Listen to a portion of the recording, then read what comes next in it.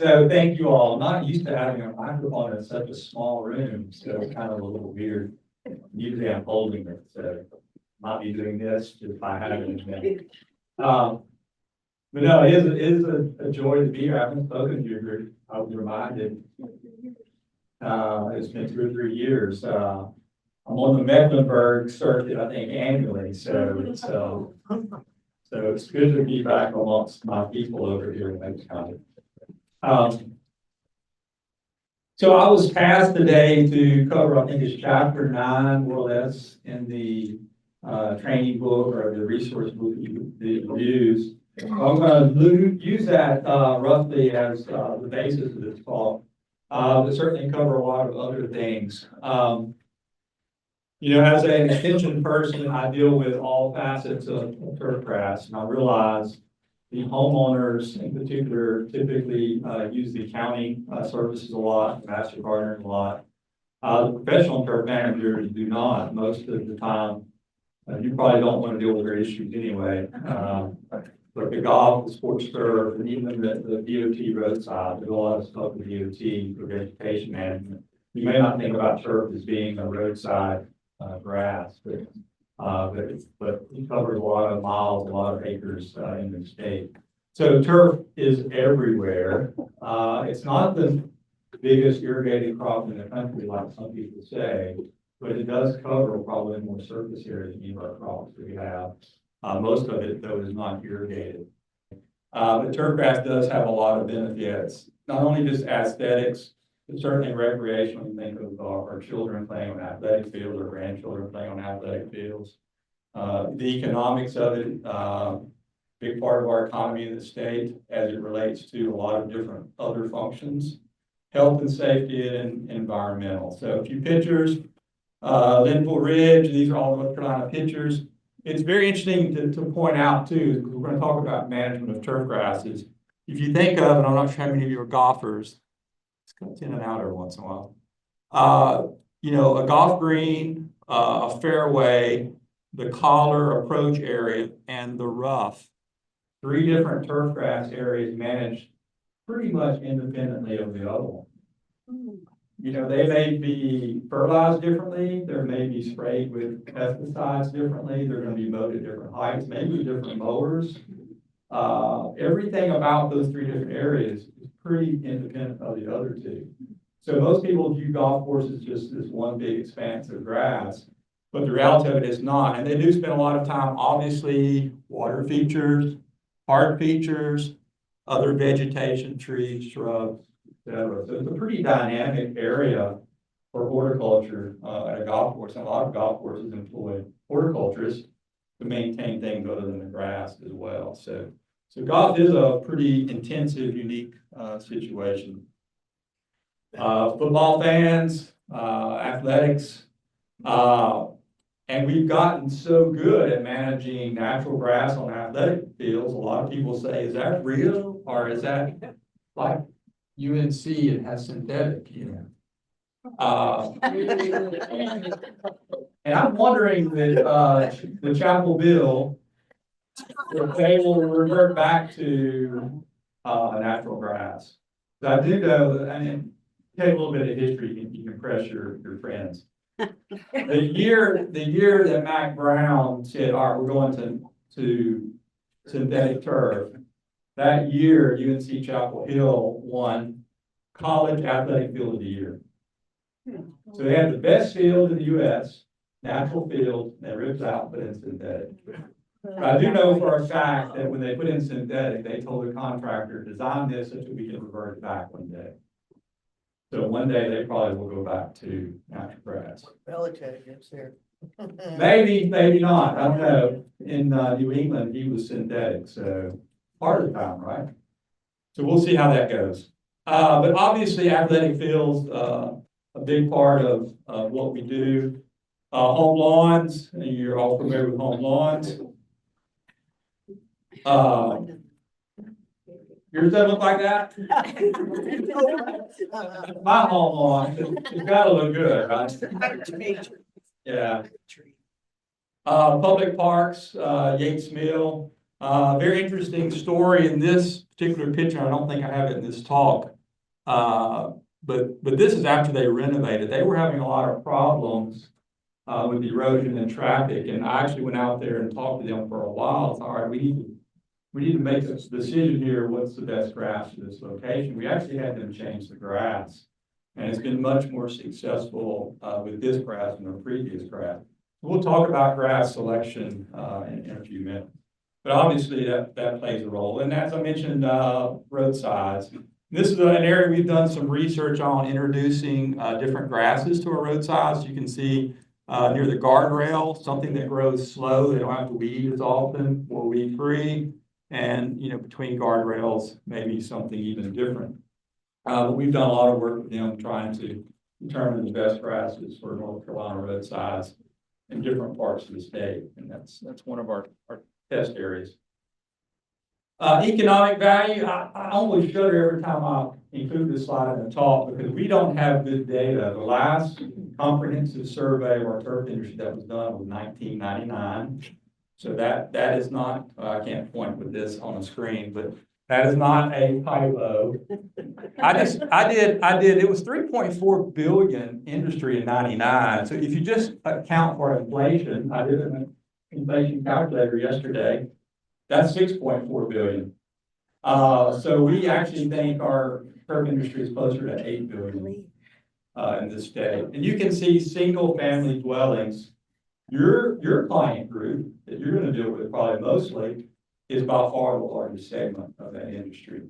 Commercial properties, which you may also spend some time, makes up number 2. So, you're looking at 80% of the industry in turf grass is maybe a client you might come in contact with. And that's not even including churches and schools and things like that, cemeteries and parks, which, we all deal with. So economic value of North Carolina is pretty substantial.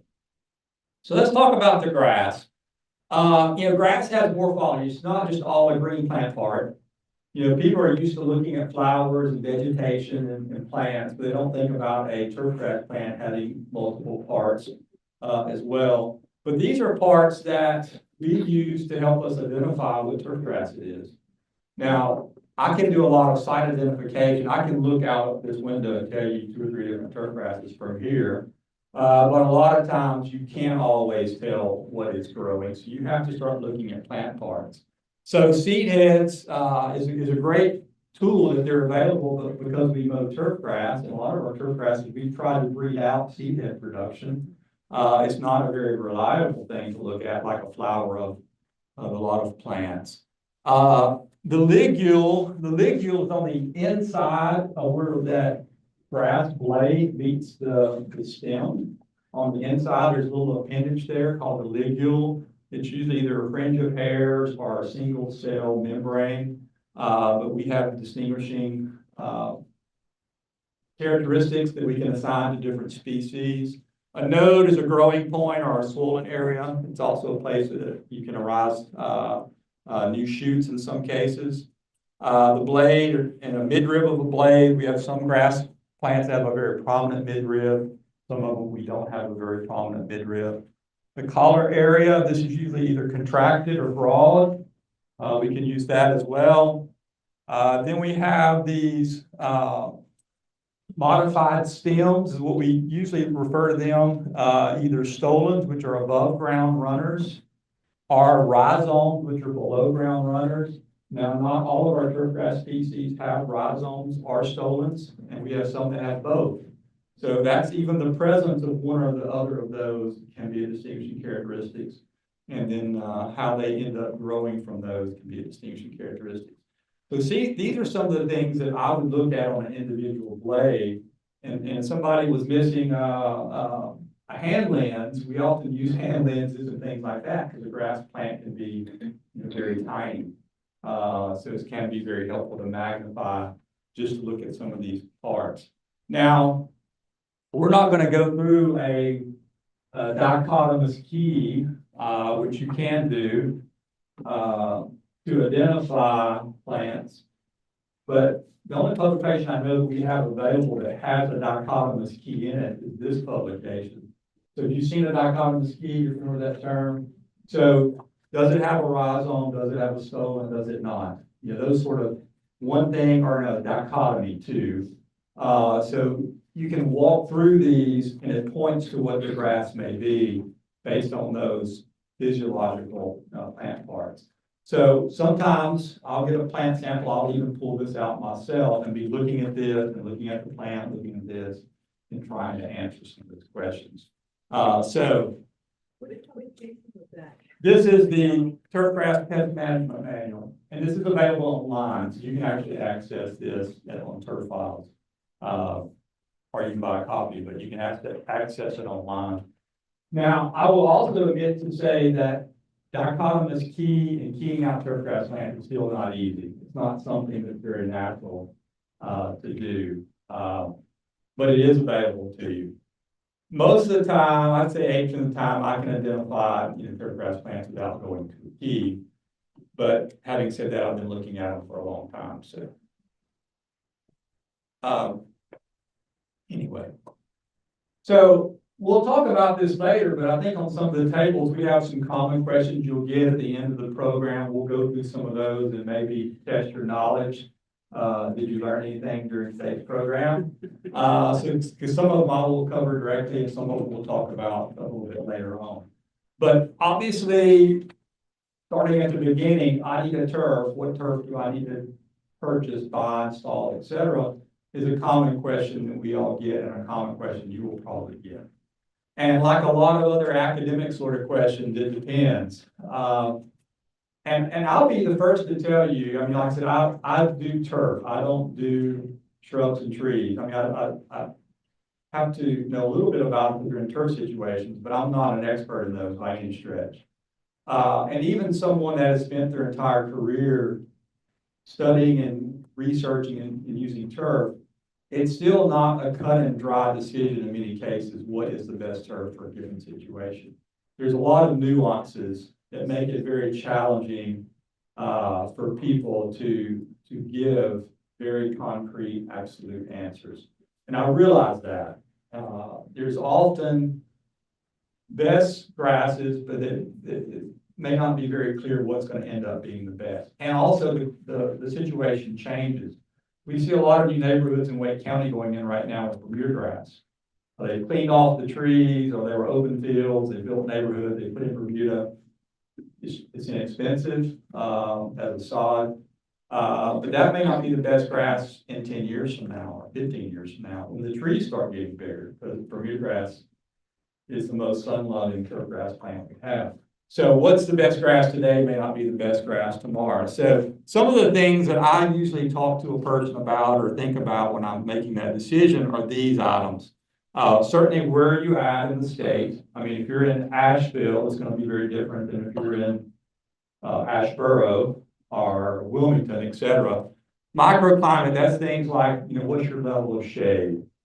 What is your wind factors and things like that? You get good air movement around the lawn and landscape.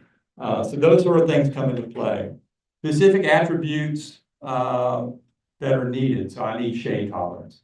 So when you start asking questions about where are you putting this grass, or you're looking at it because you're standing in a landscape, you're going to have to make decisions based on what's going to tolerate this level of shade. Or maybe what's not going to tolerate this level of shade. We're going to take that off the palette choice for this person. And that can be very challenging for anyone to do that's not around the turfgrass industry. I know we're testing things for shade tolerance. We test things for wear tolerance. We test things in different situations, but still, it's like a lot of other products. Engineers for automobiles, I'm sure, do a lot of testing. Then they sell it to all of us, and it starts breaking down in certain situations, and we have recalls. You don't really know how grass is going to totally perform until you put it in that situation.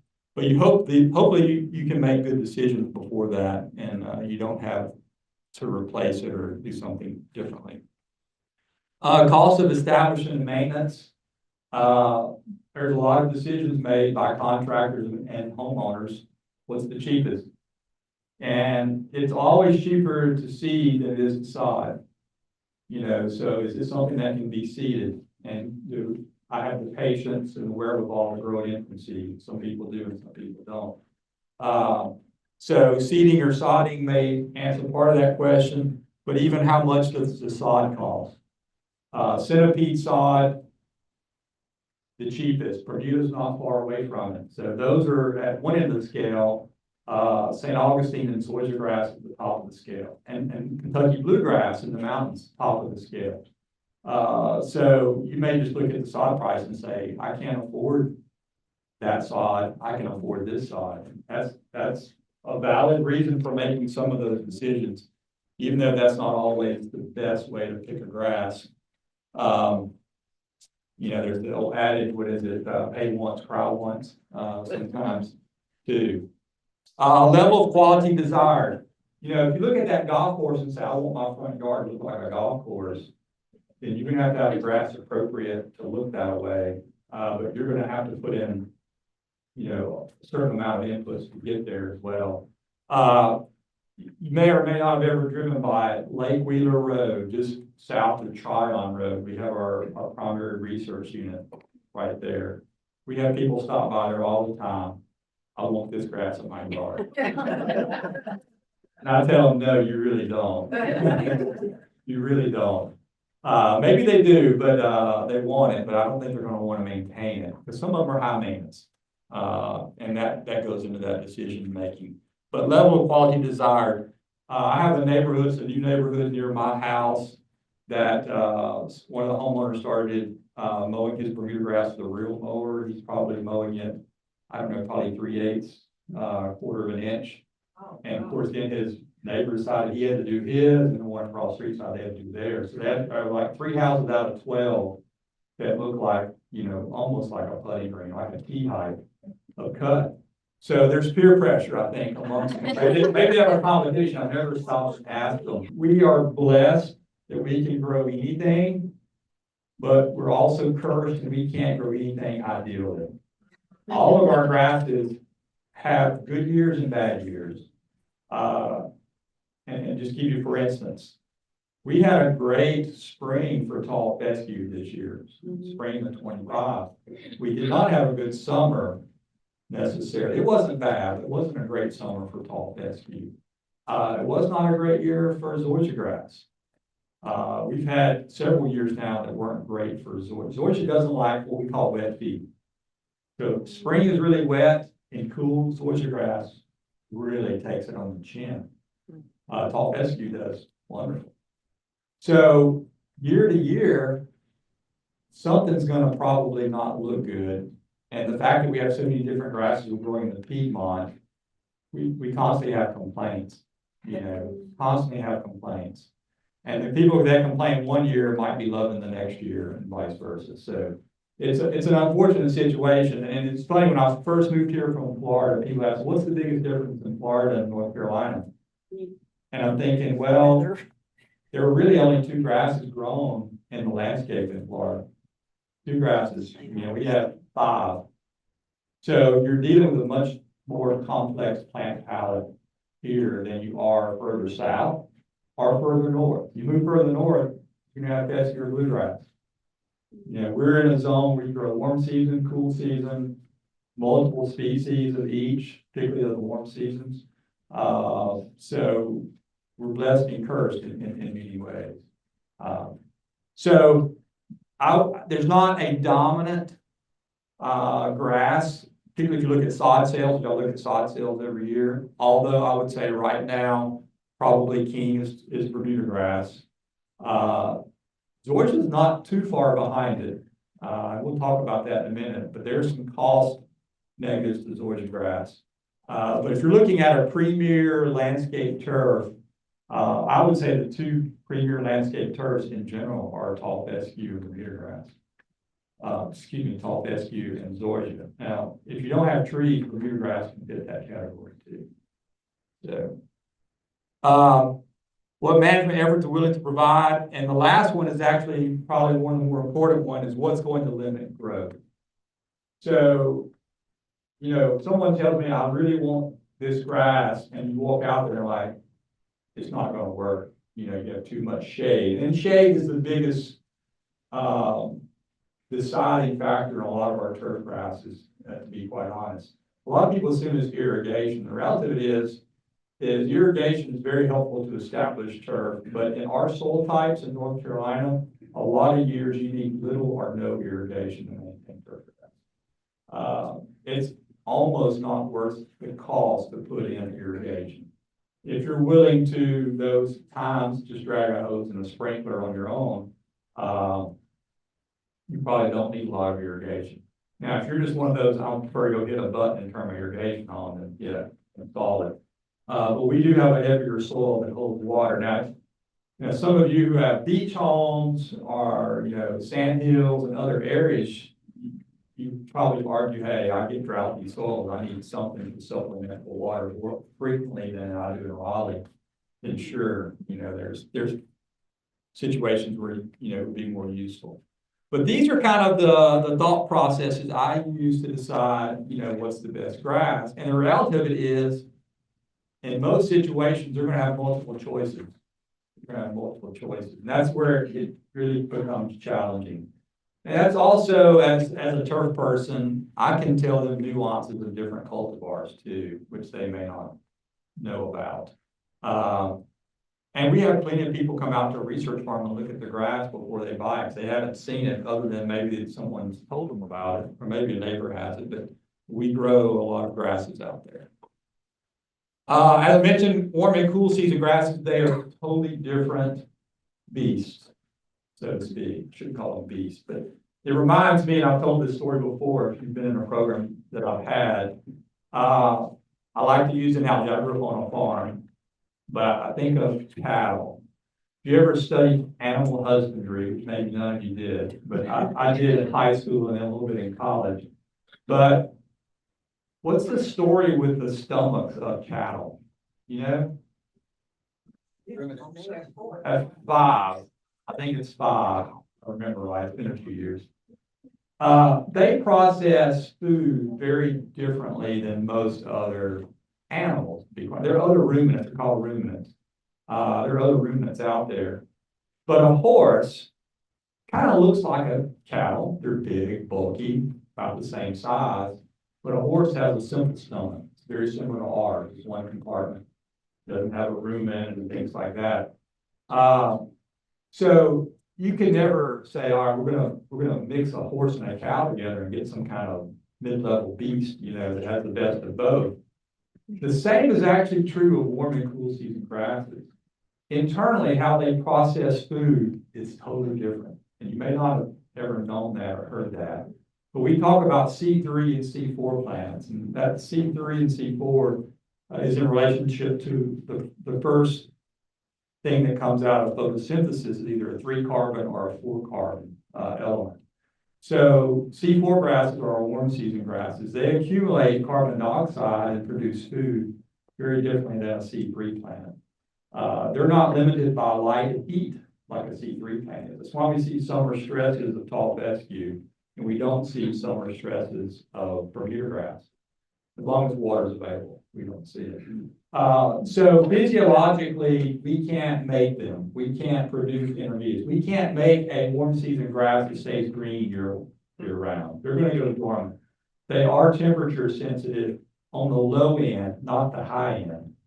Whereas tall fescue and other C3 grasses are temperature sensitive on the high end, not as temperature sensitive. They are temperature sensitive, but not as temperature sensitive on the low end. So totally different beast as far as how they process food, how they respond to temperature, light, etc. So I use this just to illustrate. We all know that warm season grasses grow mostly in the summer.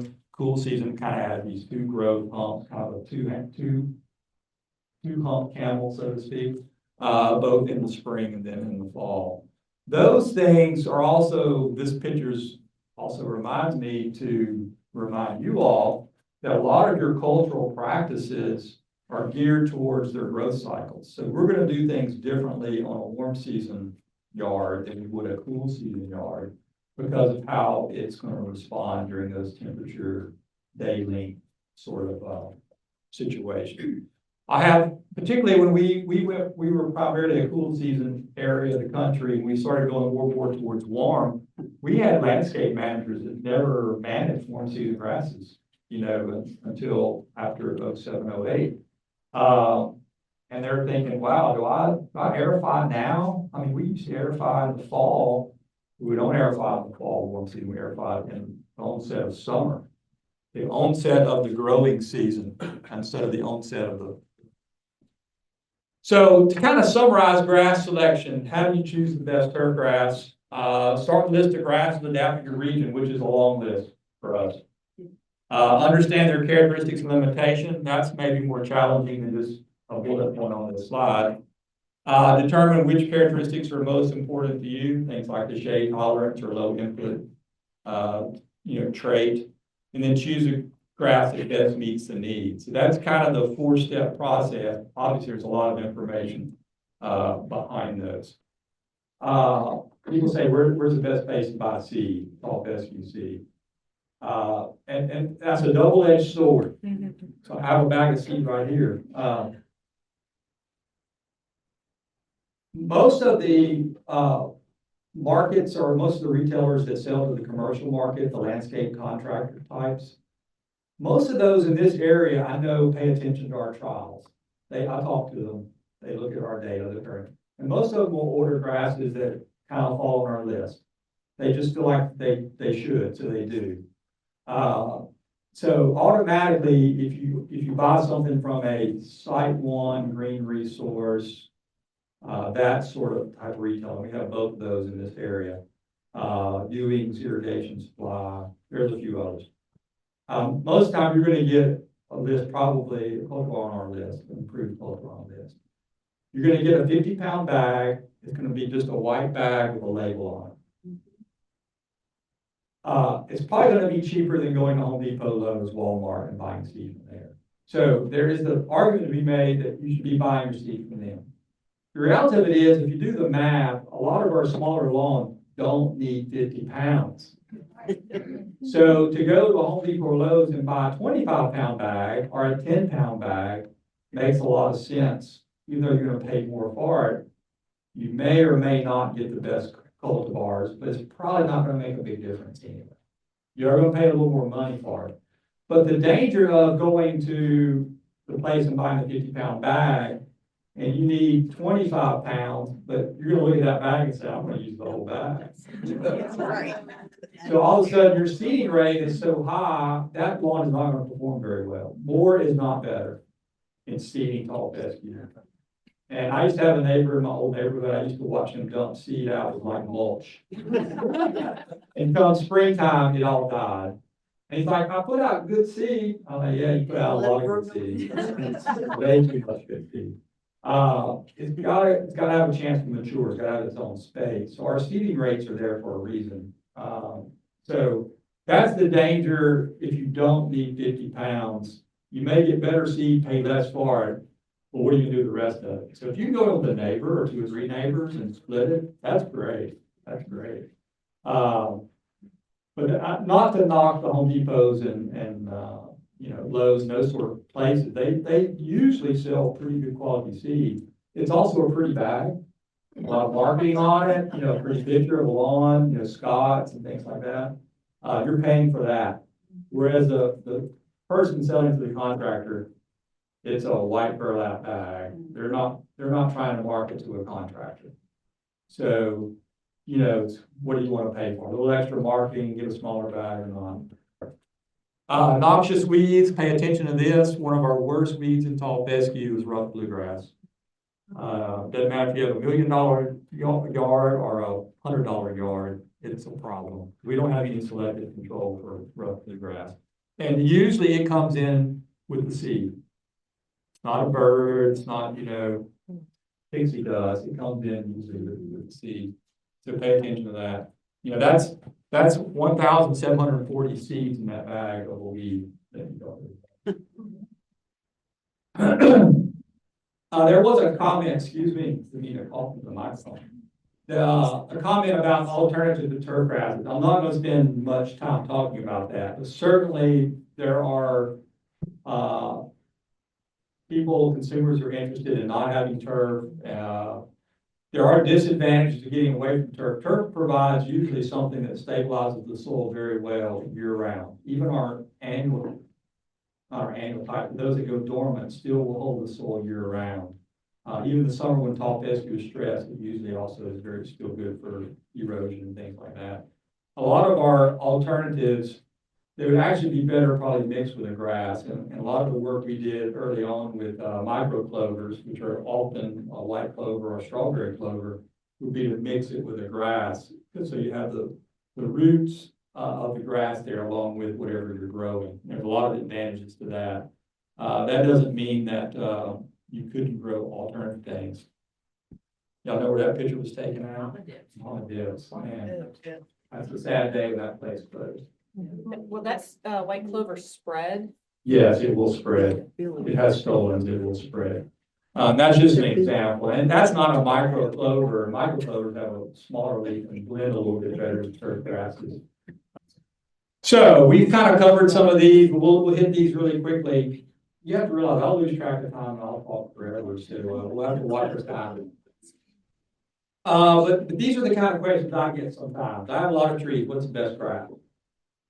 And you can have so much shade that grass is not suitable. I mean, I tell people that a lot. You know, don't think that just because you had grass 15 years ago, you had the beautifulest lawn in the neighborhood, that you're going to have grass today because now your trees are mature. So, you know, limbing up trees and thinning out trees sometimes can be effective, but certainly our cool season grasses are the most shade tolerant. So tall fescue, bluegrasses, fine fescues, those are the ones that are going to do the best. Tall fescue is not the greatest at the shade tolerance, but it's better than a lot of other things. In the warm season grasses, St. Augustine is a clear winner compared to all of its other warm season, you know, relatives. But St. Augustine is not adapted for everywhere because of its cold issues. So it's a very relative question. It's a very hard question, and one that a lot of people don't necessarily like to face. Because I realize a lot of people love their trees. You have a mature live oak, or heaven forbid you have a magnolia. Nothing's going to grow in a magnolia tree. For multiple reasons, not just shade either. Idiopathic, you know, exudates can take out a lot of things too. So at some point you start thinking, you know, where should the mulch be, or where should alternative plant material be underneath these trees and shade and things like that. And I'm not certainly opposed to telling people don't use grass because it's not going to work. Best grass for large dogs. You have to ask yourself, is the issue traffic because they're large? Bermuda grass recovers very quickly from traffic, so I'm using on athletic fields. But you have to have a climate, you have to have a condition to grow Bermuda grass. If it's shady, Bermuda grass is not going to work. You're going to have to make do with something else that might not be as good for the wear tolerance as Bermuda would be, but would handle the shade and the dog. If it's talking about urine spotting, which is a real live issue that we see, actually tall fescue handles that probably better than our warm season grasses, oddly enough. So a cool season grass with shade and the spotting issue might be the best. Better thing is to train the dog not to use the bathroom on the lawn, but go into a mulch area. And they can be trained, I'm told. Cheapest turf grass to plant. You can put that in the seed category first, or if you're looking at sod, centipede, Bermuda. I mean, that's our sod survey. We annually look at that. Most expensive grass, traditionally, for this area is going to be zoysia. You know, you're talking about twice the cost per square foot in sod cost to buy zoysia as it would be centipede grass. Not quite twice for Bermuda, zoysia place. Best tall fescue cultivars, I've already told you my theory there. You know, I won't repeat that. But I get a lot of questions, you know, best cultivar, you know, fill in the blank. You know, zoysia grass. Zoysia grass, wow, that's a whole ball of wire to unravel, because there's differences in how they look, there's differences in shade tolerance, there's differences in growth rate. There's differences in disease tolerance. There's a lot of nuances to zoysia grass to work out. Same with Kentucky bluegrass, which isn't a very commonly used grass in this area, but Western North Carolina it is. And we'll sometimes mix Kentucky bluegrass with tall fescue as well, which actually can do a really nice looking lawn. There's a lot to unroll with those cultivars though, and I'll share you a little bit of information on where to get some of that. The other question I get quite a bit is, can you ID a grass to the cultivar level? So what do you think of that? So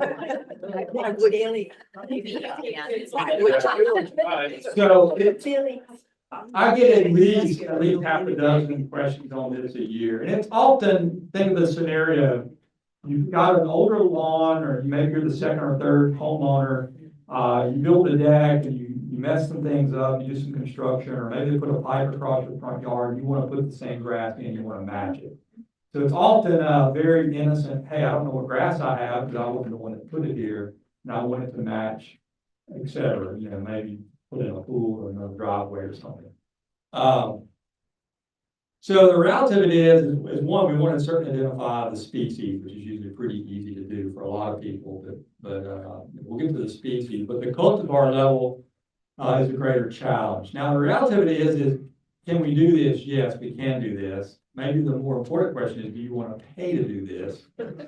Our plant breeder routinely runs genetic analysis on her germplasm and occasionally for other people. And it's usually, unfortunately, often legal cases. I bought this grass, but I don't think it's this grass. Can you identify it?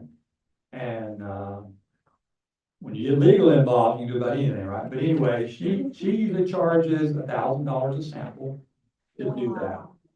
It's just an expensive. It's not like CSI Miami, you stick in a machine. It's a process they go through. So yes, it can be done, but most people, unless it's a legal issue or a research question, are not going to do that. Now, the reality of it is, I'll tell people, if you can give me some information like how old the grass is, you know, when was the yard established? Because I know when grasses were released. I know in general what sod farms have sold what grasses over the last at least 20 plus years. I can sometimes narrow it down that way. If it's actively growing, a lot of times I can look at it and probably at least tell them what would probably look similar to it. It may not be the exact cultivar, but it would probably blend with it. But that's based on, you know, I look at grass not every day, but most days of my life, it seems like. So I have some familiarity with most of what's out there and what's available. So I don't mind doing that. I mean, I don't want to be bombarded with samples, but it's usually just a few times a year. So we will do that, but it may not be the exact grass. But a lot of times, just some questions. Sometimes they maybe find their builder or a neighbor that was there when their house was built. And a lot of times, there's a little bit of question answering. Sometimes you may be able to narrow it down just that way. What about seeding zoysia or centipede grass? Why and why not? So limited quantities of seed are available for these two, zoysia and centipede. It's expensive seed as seed goes in grasses, and also the viability of that seed and seedling vigor is very low. So it's not for the impatient at all. I usually tell people you're going to seed centipede or zoysia 2 years before you're going to be happy with your yard. 2 years. Wow. Maybe a little quicker, but it's rare. It would be quicker. I've seen a lot of people seed zoysia and come back later and resod it. So they do it twice. These two, like I said, they're available for seed, but I generally do not recommend people go that route. They're probably not going to be happy. Buying seed for a hybrid, we've already said, hybrids do not produce seed. Now I've had people tell me, oh, I seeded Tifway Bermuda in my yard. I'm like, no, you didn't. Tifway is a hybrid. You seeded maybe Bermuda, but you didn't seed Tifway Bermuda. So that's something to remember. So, all right, now we have a lawn. We're going to actually start managing it now and do some cultural practices. So what is it, 10:30? Time flies, right? So that's the mowing, the irrigation, cultural, detaching, and pest control. We'll hit these pretty quickly. I want you to know what they are, a little bit about them. We'll make a few decisions there. understand in these categories, there's a lot of potential decisions that can be made. So fertilization, you have products, you have rates, you have timings. We have a lot of this information in our books, particularly with rates and timings, not as much about products. Mowing, what equipment to use, what height of cut to use, HOC is height of cut, frequency, et cetera. Like I said, a lot of decisions. Most of those are related to, obviously, equipment is one thing. Height of cut is, there's a range. Most of these will meet. I'll talk about that. Frequency is usually growth rate induced. Aerification, that's, poking the holes, doing cultivation practices.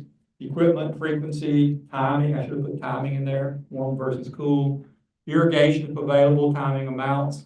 Lots of research and information there. And then weed control is probably the worst subject to get involved in. We could spend the next 2 months in this room daily talking about weed control. I can almost guarantee you this scenario. This is a homeowner that probably paid somebody for a while to fertilize their yard. And they decided, why am I paying this person? I can do this myself. Drove down to a big box retail store, bought a bag of fertilizer. Oh, I need a spreader. What's the cheapest spreader here? Or let's a drop spreader. It's, it's gonna drop about this wide. They walk around the yard and say, oh, I think I did a good job. And then about 3 weeks later, they thought, wow, who did that? They did. So there are some people that probably shouldn't be doing their own lawn care. Somebody else should be doing it for them. But nitrogen fertilizer will tell on you. If you don't distribute it well and you have a weak curve, it will tell on you. So it's pretty interesting. So a lot of our publications will list grasses, target pHs, and let's put it out this rate 2 to 3 times a year.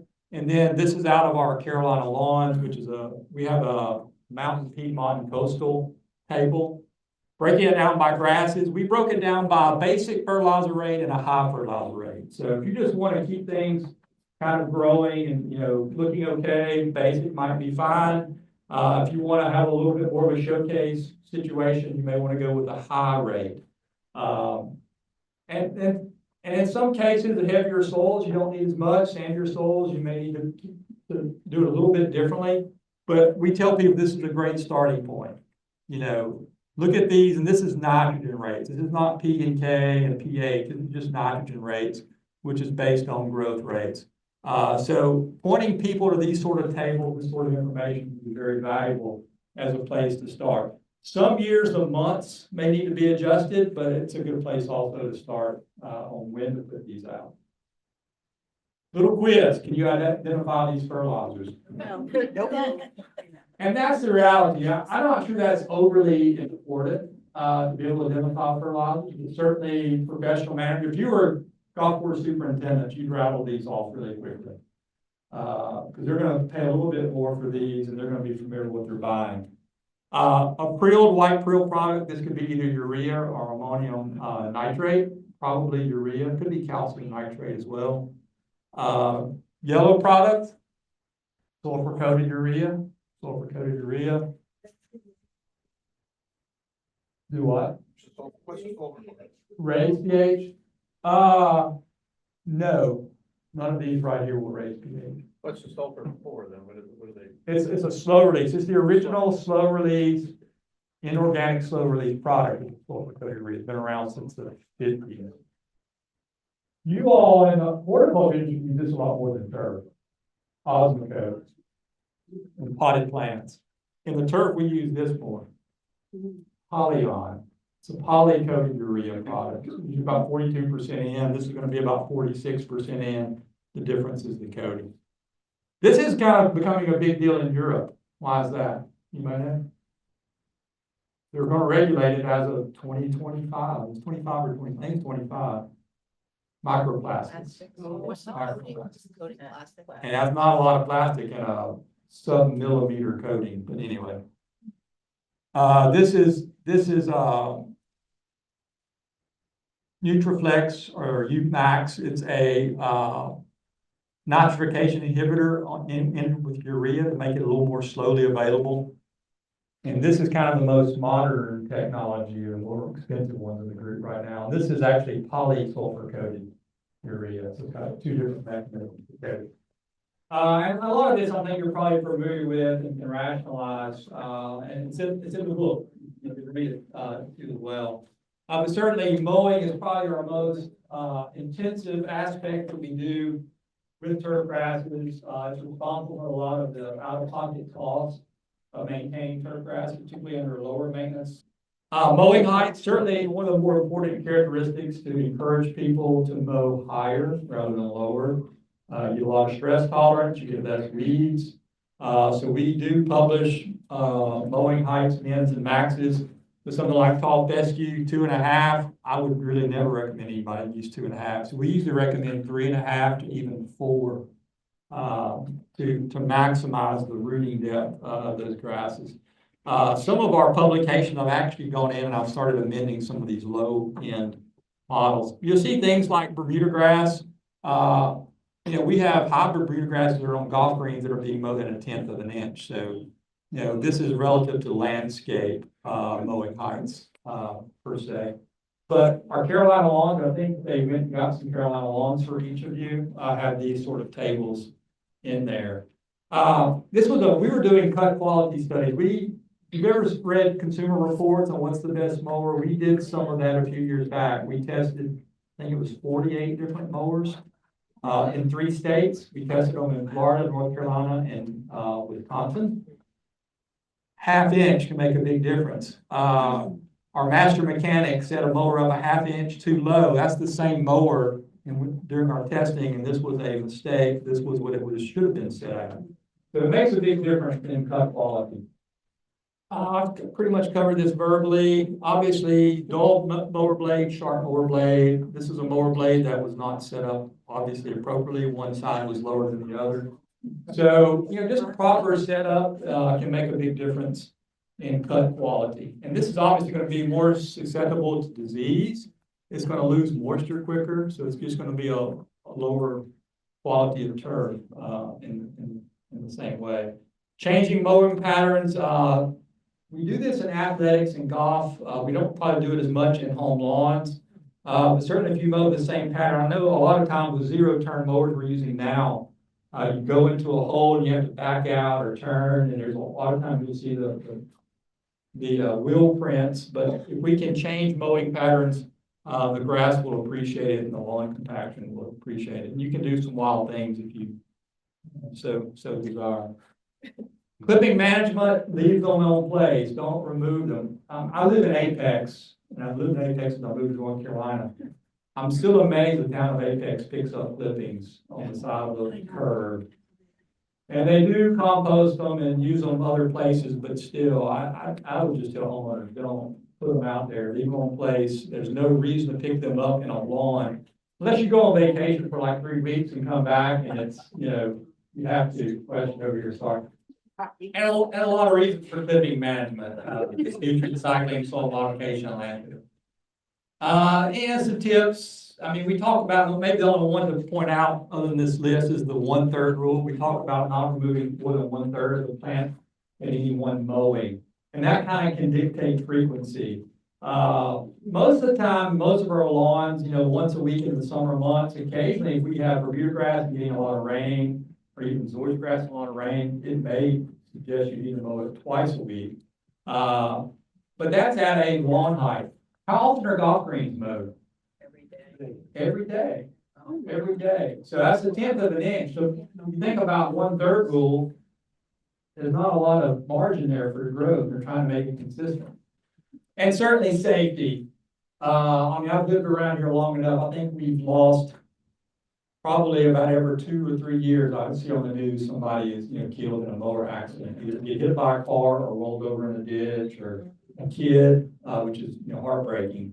So certainly, practice good safety practices. But certainly there's a lot of benefits to core cultivation. Now, we can talk about this for a while if I want, but we are quite accustomed in this area when we renovate tall fescue in the fall to core cultivate and then seed. And that gives us that built-in 1 aerification a year almost, because Tall fescue struggles in our summers a lot of years, so we're constantly renovating. So I get the question, well, I have Bermuda or zoysia or some other warm season now, do I need to aerify that every year? And the reality of it is you may not need to aerify it every year because you're not gonna renovate it probably. But there's some times with heavier soil types that it would benefit from a core aeration. But it would be done usually in May, June, or July. So at the beginning of the summer months, the beginning of the active growing season. But the reality of it is we probably do not aerify our warm season grasses. A lot of homeowners don't do it at all, but certainly they could benefit from it, but we don't have to do it annually, is what I generally tell people. We can measure compaction and tell people, oh yeah, it's too firm, you need to aerify, but for the average homeowner. So this has been core aerified and the core is removed, so you don't even see them, you see the holes, and you don't have to backfill those. The roots will fill those up, and they will recover very quickly when the turf is actively growing. This is an old picture, but I really like to show this picture. You can see where the roots were growing in those core aerification holes. They will repopulate them very, very quickly. Slicing is another technique that's sometimes used when you have rhizomes and stolons. So you cut the rhizome and stolon and encourage it to branch out. So if you have weaker areas, some people will do this. It's not going to do a lot to alleviate compaction, but it will stimulate growth. So obviously a tractor, taller mounted one. There's the spiking in action with the pitchfork, and sometimes if you have cut areas and driveways around sidewalks, you can effectively aerate some of those areas yourself. With a pitchfork, you can put it in there and you can bend it over and kind of shatter, a larger area underneath to promote more growth. So it's similar to spiking. And there's the deep spikes. Often this is called a vertidrain because it goes so deep and it moves, so it shatters. Obviously, a big tractor-mounted commercial type operation. If you have a lot of layers and deep compaction, this is one of those things that can be used. Other things you can do, obviously, we talk about deep time, but just controlling traffic. We talk about this a lot in parks and things like that, but avoiding play on wet soil with athletic fields or home lawn, distributing play, et cetera. So thatch, and thatch is another one of those areas. I have a grad student starting some thatch work on golf courses right now. There's so much to kind of dive into with thatch, but thatch comes from your roots, leaf sheaths, crown, stems, all that accumulates sometimes on the surface. We sometimes need to remove that. Typically in a home lawn, it's not overly a problem. Sometimes in tall fescue renovation, we bring up a lot of material and may dethatch it. But it's certainly almost case by case that it really needed. I've been on high school athletic fields that said, hey, should I detach it? And they have these huge bare areas from where. It's like, what are you going to detach? I mean, your players have detached it already. So, so don't get convinced that you need to detach. And this is just a close-up picture of a Kentucky bluegrass area. And there's the soil right there. It ends here. And there's obviously the crown of the plant. There's some rhizomes in there, but that's a lot of organic material. That would be excessive thatch. I saw this in Florida with St. Augustine quite a bit, but we don't see it as much here except in highly fertilized, highly irrigated areas. So that's the negative of a lot of fertilizer, a lot of irrigation, right? As you develop more thatch. Zoysia grass can be thatchy, so I shouldn't just kind of blanket brush across the fertility irrigation situations. So zoysia grass can be a thatchy grass in some cases, but a lot of it's depending on how it's managed. There's some negatives to it. I'm not going to go through these. Certainly some negatives. Clippings don't contribute. That's why people were removing clippings and putting them on the curb. They don't want to contribute to that. All the researchers show that clippings are a very minor component of thatch. I'll point that out. You'll hear the word power raking, verticutting, a lot of different ways. I mean, it can bring up a lot of material you have to deal with. If you do have excessive thatch in your turf grasses. It's not something I generally recommend a lot of people concern themselves with in a great deal. But occasionally it is necessary to dethatch turf grasses. Top dressing, this is something I'm seeing catch on more and more in this area. Talking about the heavier soils and mixing in compost with top dressing. Normally when I think of top dressing, I think of sand top dressing. in athletics and golf and things like that, but we also use compost with these top dressings. So here's a sand top dresser, good for leveling, good for encouraging thatch degradation, building microbial activities, drainage, etc. Routine aspect of greens to keep greens smooth. So you can see this kind of haze, they put sand on top of early irrigation time, you don't see as much of it. But more frequent, like I said, in the lawn and landscape is this compost addition. We have McGill compost right down the road, which is a big outlet for this, and there's others. The big problem with putting on compost is distributing it. You know, you can buy a bunch of bags and pile it here, then what are you gonna do? You're gonna blower and blow it, or shovel, or rake, or broom, whatever. So it can be challenging unless you have somebody with a commercial applicator that will actually put it out. Some research, there's not a ton of research on this, but some research showing there is some benefits to clay-based soils putting on compost to just make a richer soil that's more conducive. Irrigation, a lot here to unfold the irrigation. You know, controllers, a lot of technology controllers in the last 15 years. We have what we call smart controllers now. So this is a very old hydraulic system with pins. And today we have these types, and this is like the regular dumb side, this is the smart side. So you put things in there like soil type, plant type, sprinkler type, zip code. Wow. Putting a zip code in my irrigation controller. So then it will actually access, in this case, the chip within the controller and say, all right, you're in this zone. And we have historical ET data built in that can adjust, you know, your irrigation system. So some of these rely upon some type of sensor, whether it's a soil moisture sensor or ET sensor with, you know, like temperature, wind speed, etc.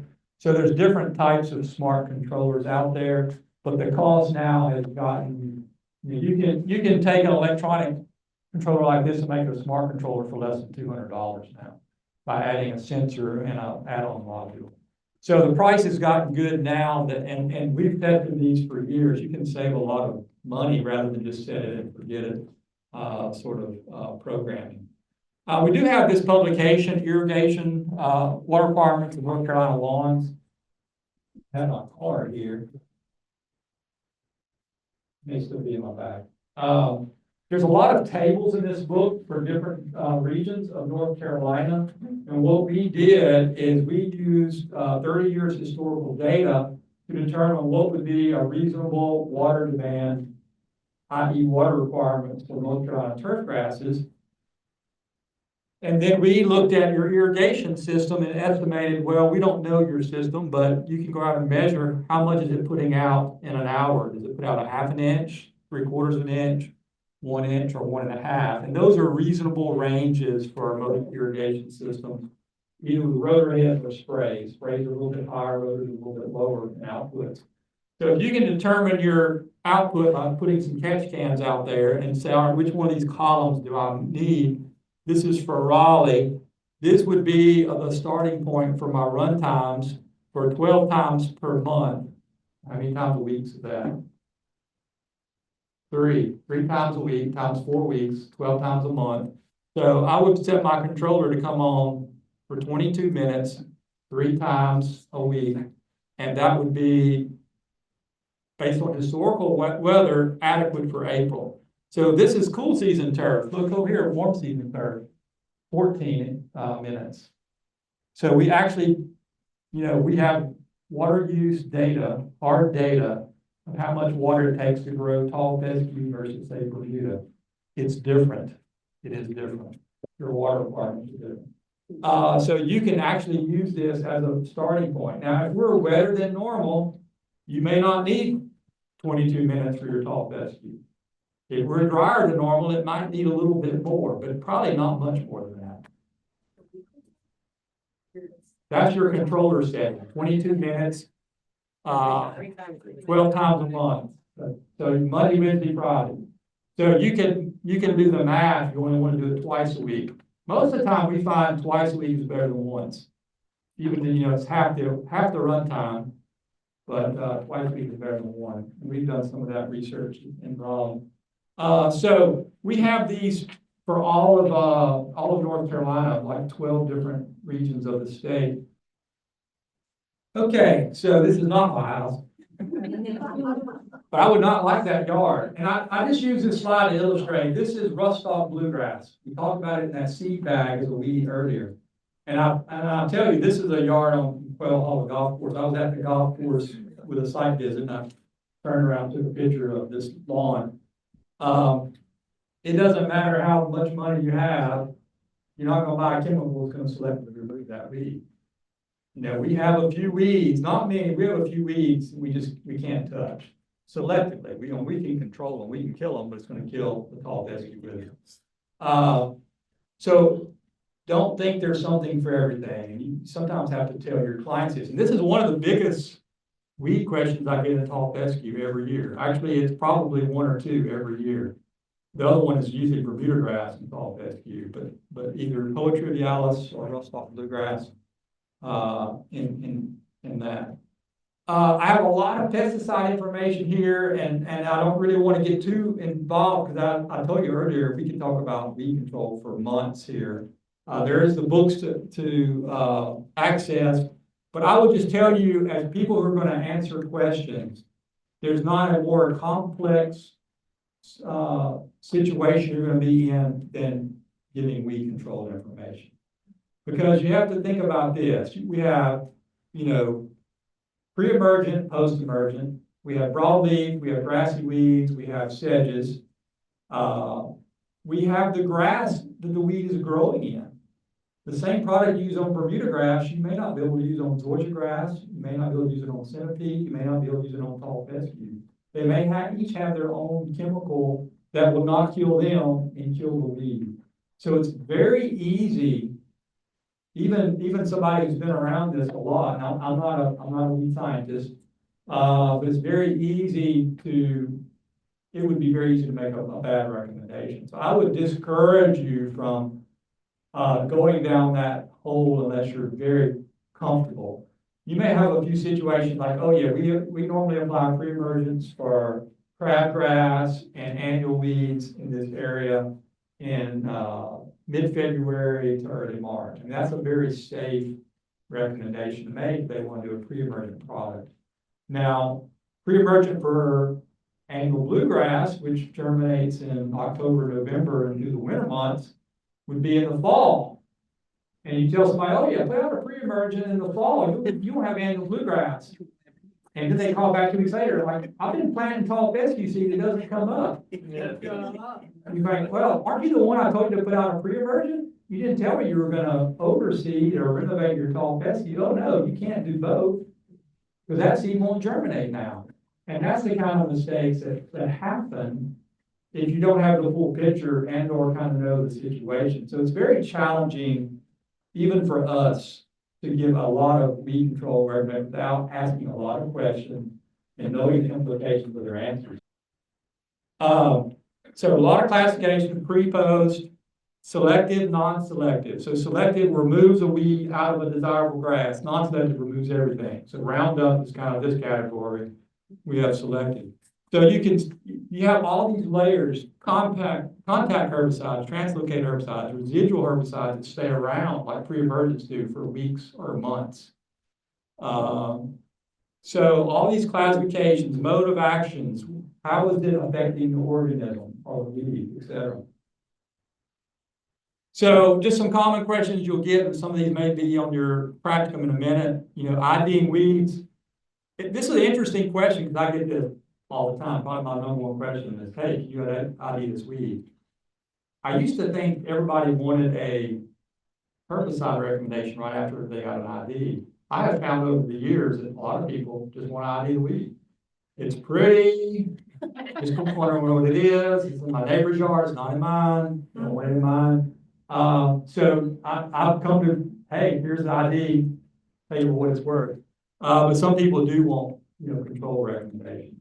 I will also say that we have the herbarium on NC State campus. So the herbarium does ID plants, whether they're weed or whatever. And sometimes, and I can't ID it, I'll send it to the herbarium. Herbarium often sends grassy weeds to me. Like, we don't do very good with grasses. Can you look at this? But the herbarium is a great resource. If you have a plant you just can't identify. I just threw a couple in there. Obviously, how to control weeds in centipede grass. Centipede grass is very finicky, pre-emergent herbicide. So we usually recommend people use atrazine, not all the others that we would use on all the other grasses. Same with St. Augustine. It's very finicky, some of the getting rid of Bermuda grass and tall fescue. There is a recipe in that book for getting rid of Bermuda grass and tall fescue. The trick is, it's 3 applications a year for 2 years. June, July, and August. Go out there the first day of June, July, and August and spray. This application is expensive. So can we do it? Yes. Do most people want to do it? No. And if you ask your regular lawn care company to do it, they're going to say, that's an extra charge, but that's a lot more money than what we normally charge for a pre-emergent or a simple post-emergent application.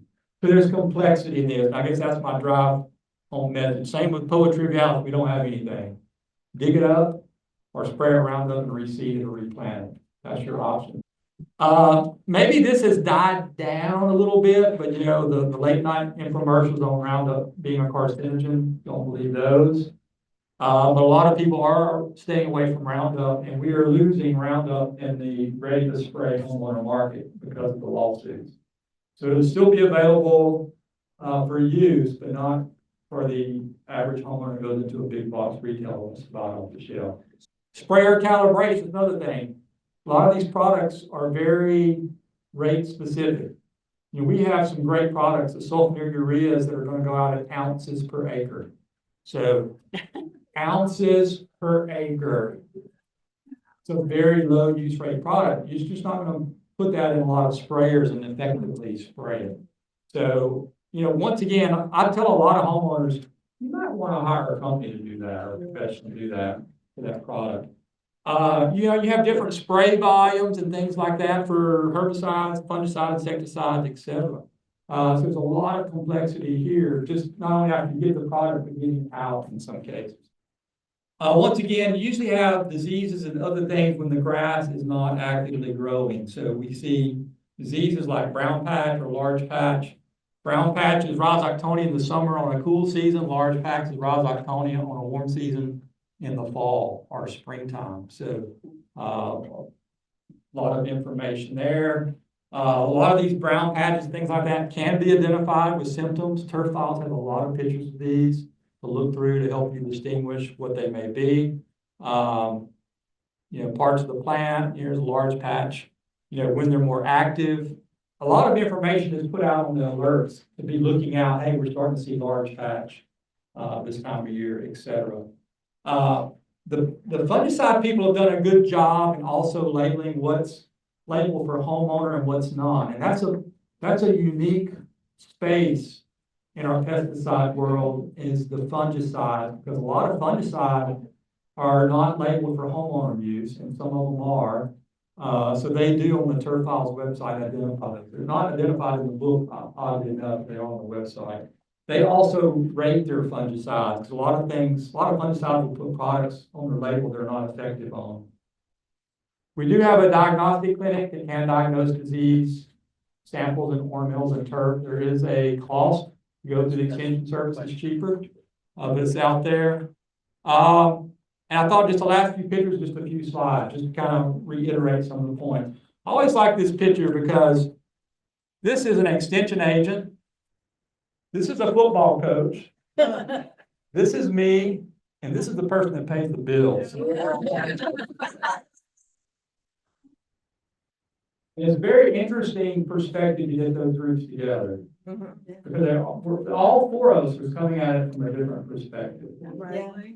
Right. So it tells a lot. So encourage your groups to talk to each other. And I do these sort of visits all the time. So what is this? It's large patch. Brown patch in cool season, large patch in warm. Drought. Drought pattern. Look at it. See, it can be a little confusing there. A little confusing. Armyworms. Oh, God. Armyworms. So there's 3 different situations causing large, Wow. ugly turf totally different causal agents. Oh, There's your poetry reality. What is this, you might have? too short. Too short? I don't know. That's a sod farm, actually. That's actually nematodes, which is a growing problem in turf in North Carolina. I didn't think it would be a problem, but we do see some isolated problems.